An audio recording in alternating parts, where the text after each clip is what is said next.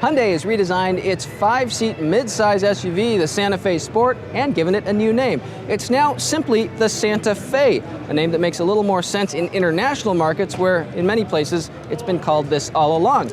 The U.S. Santa Fe, meanwhile, a larger 3-row model that was related to the previous Santa Fe Sport, continues in its old form. It will be called the Santa Fe XL, not to be confused with the redesigned Santa Fe. Confused yet? And we haven't even gotten to styling, so buckle up, America. It's going to be a wild ride. That ride starts up front, where the Santa Fe mixes kind of a design ethos we've seen in other SUVs like the Jeep Cherokee, the Nissan Juke, even Hyundai's own Kona, with lights that are all the way up here, kind of at hood level. Now, these aren't the headlights.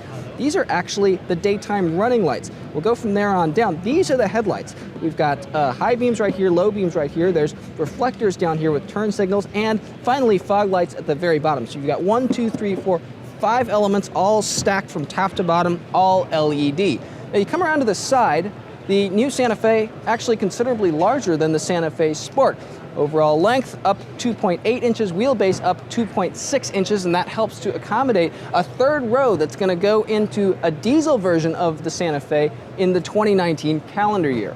Now, lots going on the inside of the Santa Fe, which kind of abandons its predecessor's sort of plunging waterfall dashboard for more of a stacked design with plenty of different materials and interesting textures and stuff. There's a standard 7-inch display here with Apple CarPlay and Android Auto. Nice to see standard. There's an 8-inch optional unit. That's in this car here at the auto show. Just very logical placement of knobs and buttons here, and some interesting textures like this sort of raised bumpy pattern here that's also along here on these storage shelves. Speaking of storage, there seems to be a lot of it here just around the cup holders and even in the center console. Nice to see in an SUV. Also nice that Hyundai says rear over-the-shoulder visibility here. That was kind of a major complaint in the Santa Fe Sport.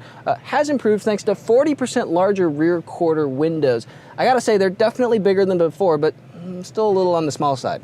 Now, I'm 6 feet tall, and that's where I would sit to drive, and as you can see, lots of room here in the back seat of the Santa Fe.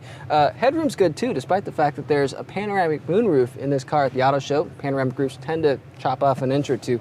Nice to see, like before, that the seats don't just recline, but actually slide forward and backward as well. That's nice if parents in the front seat want closer access to kids in the rear seat. They can kind of just move them forward like so. Another thing, a big complaint of ours of the Santa Fe Sport was that the seats just seemed really wafer thin, weren't very comfortable. Seems like Hyundai has addressed that with thicker cushions here in the Santa Fe.